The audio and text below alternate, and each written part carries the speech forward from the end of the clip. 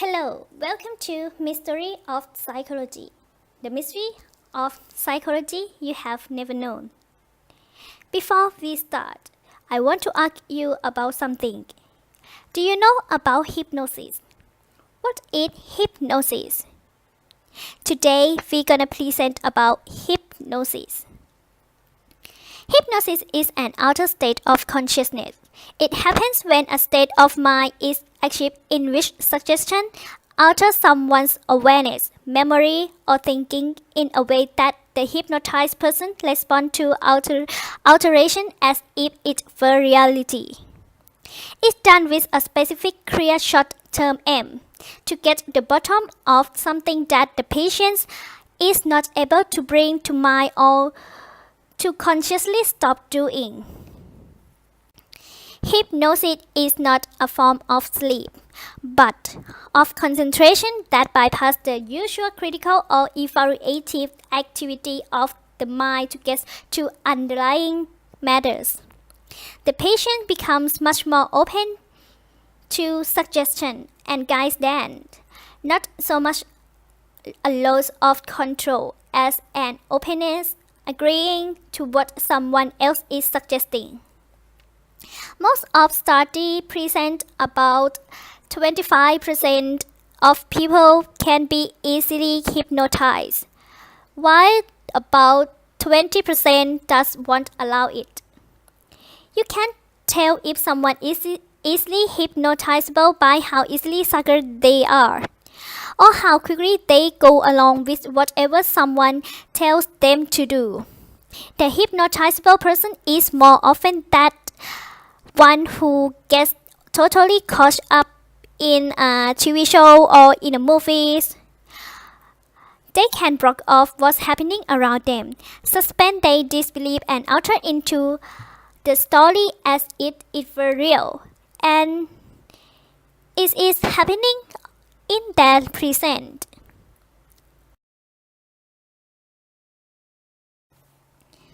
About the hypnotic effects, critical thinking is present within the hypnotic state, but is blanketed out, not acted upon. We do just blanketing without hypnotism. For instance, while having fun, in worship, in sports, or on retreats.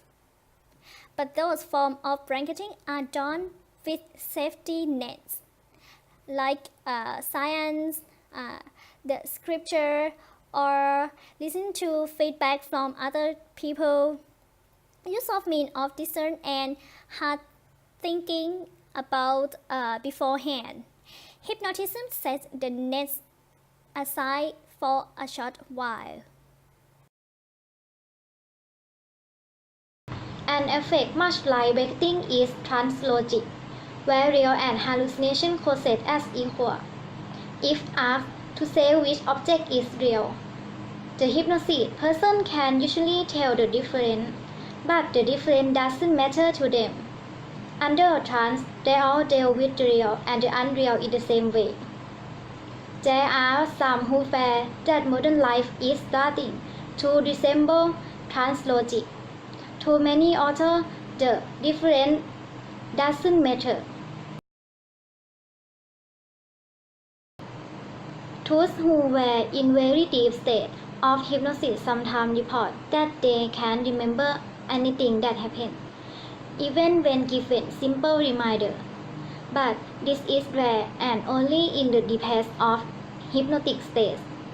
Other than in those deep cases, the patient remember what happened once remind, even if told not to remember. The patient remembering often become an important part of treating their mental disorder. Hypnotherapy helps them to know what they otherwise would not consciously remember, so they can come to terms with it. The focus it takes to stay in a hypnotic state can be harnessed for recovery from certain behavior for mental illness or addiction. The ancient of many lands used simple technique of including the trance state especially in India, Persia, and Mesopotamia.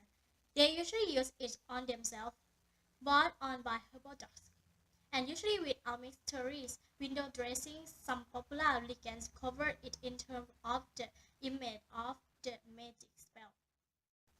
The common element there is that hypnotism, like support spell, typically involves spoken words which the influence someone's behavior.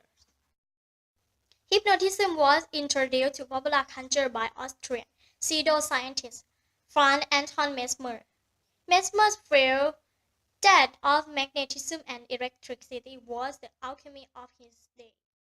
He believed that the hypnotic state was an effect of magnetism on the fluid of the body, and set up some very hockey demonstration that for a while seemed to have trendy Paris, well, mesmerized. Mesmer demonstrations were quickly picked up by magnetizers, mostly occultists and entertainment magicians, because people found it so interesting. State hypnotists are still popular today, often wrapping it in the still hockey trapping of magic. True mesmer-magnetic theories were being disproved. His fame caused scientists today the phenomenon he was pointing to. In 1842, English eye scientist James Braid gave it the name hypnosis. From the Greek word for sleep, Sean Martin Charcot brought it to modern investigative scientific study, and Yale professor Clark Hall worked in the 1930s. This much to develop a scientific understanding of it. Today, the study of hypnosis is closely tied into brain science. Science and hypnotic state change the way the brain processes information. It teaches scientists about the patterns of certain activity in the brain when matched to the modern technologies for brain scans. Most noteworthy are the change in the way the anterior cingulate cortex operates. Specifics about this are still unclear. Hypnotic therapy's most controversial use is on repressed memory. Hypnotherapy works and works well by bypassing the methods we use on ourselves for stifling a painful or traumatic incident or accident. Once the incident comes out, both patient and therapist can work on it. But those inner controls are there for good reasons, and often hypnosis simply bypasses their reason when it bypasses the controls. In the hands of careless or unscrupulous therapists or untrained self-appointed hypnotists, false memories are created or exciting fantasy are mistaken for reality. This can be as worse as UFO abductions and body snatching spirit, or as serious and false accusations of sodomy and sexual attack.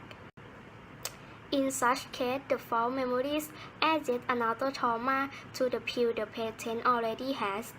The most risky situation is when someone who thinks they know what they are doing says something which triggers the subject's active phobia.